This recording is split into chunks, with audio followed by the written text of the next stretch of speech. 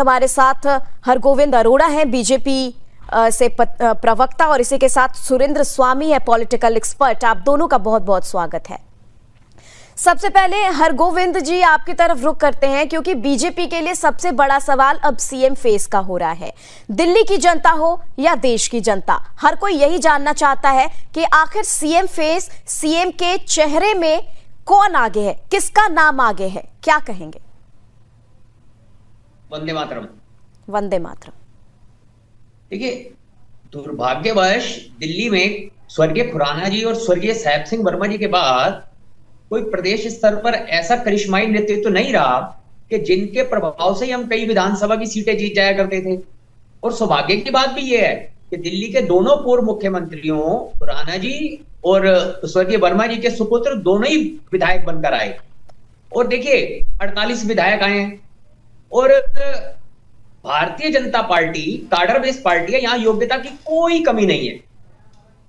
और सामान्य जिस भी कार्यकर्ता को, जिस भी विधायक को या जिस भी कार्यकर्ता को भाजपा का, देखिए भाजपा में बड़ी अच्छी पद्धति है कि संसदीय बोर्ड मोदी जी के नेतृत्व में यह तय किया जाएगा और दिल्ली को यह आश्वस्त करें कि दिल्ली ने जो आशीर्वाद और जो प्यार जो ऐतिहासिक रूप से भारतीय जनता पार्टी को दिया है, तो दिल्ली में शासक नहीं, दिल्ली में सेवक आने वाला है। और वो मैं पार्टी की ओर से दिल्ली की जनता को आश्वस्त करता हूं कि जो भरोसा उन्होंने दिया है, उनकी उम्मीदों पर भारतीय जनता पार्टी खरी उतरेगी और एक बहुत अच्छा कार्यकर्ता दिया जाएगा। अभी हाल फिलहाल सीएम हाउस में प्रवेश वर्जित है जी।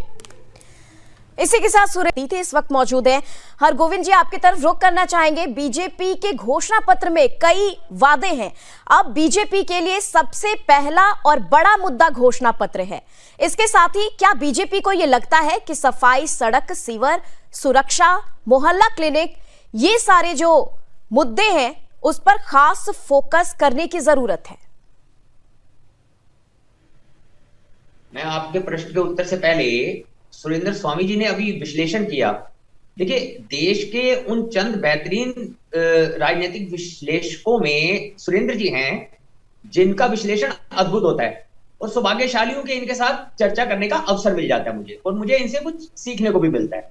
दूसरा, भारतीय जनता पार्टी ने जब जब भी अपने ये घोषणा पत्र हमारा संकल्प पत्र होता है, और जनता से धोखेबाजी करने वाली पार्टी भारतीय जनता पार्टी नहीं है। दिल्ली को जिन दुर्योधन और दुशासन ने चीर हरण करके आईसीयू तक पहुंचा दिया, केवल मां यमुना ही नहीं, दिल्ली के गले गली गलियां चौबारे सबका तो सत्यानाश कर दिया इन्होंने।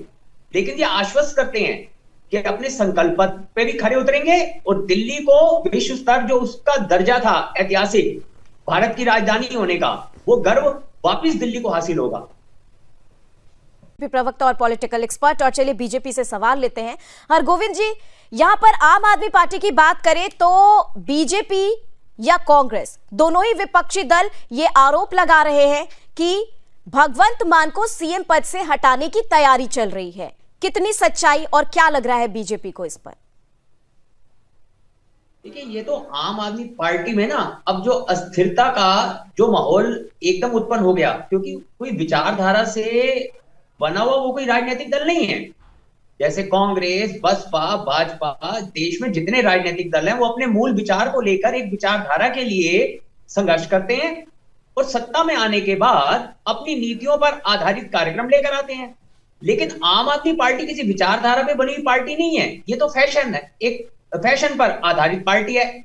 स्वामी जी, आपको ध्यान होगा वर्षों पहले जब आपकी युवावस्था होगी, बेल बॉटम पैंटें चली थी, लोगों ने बेल बॉटम पैंटें उस फैशन की बना ली।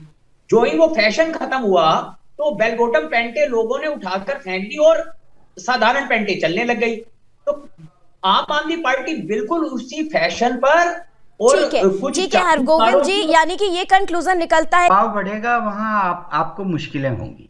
ठीक है हरगोविंद जी यहाँ पे थोड़ा सा माफी मांगना चाहेंगे क्योंकि समय का अभाव है और कार्यक्रम को यहीं समाप्त करना पड़ेगा, लेकिन आप एक शब्द में कुछ कहना चाहें तो आप जरूर बोल सकते हैं।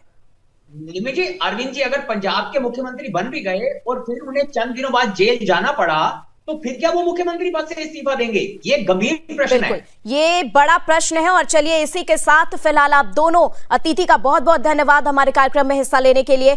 और चलिए इसी प्रश्न के साथ इस कार्यक्रम का समापन करते हैं, लेकिन सत्ता का महासंग्राम में फिर से होगी आपसे मुलाकात और सुदर्शन न्यूज पे तमाम खबरों के लिए आप बने रहे हमारे साथ।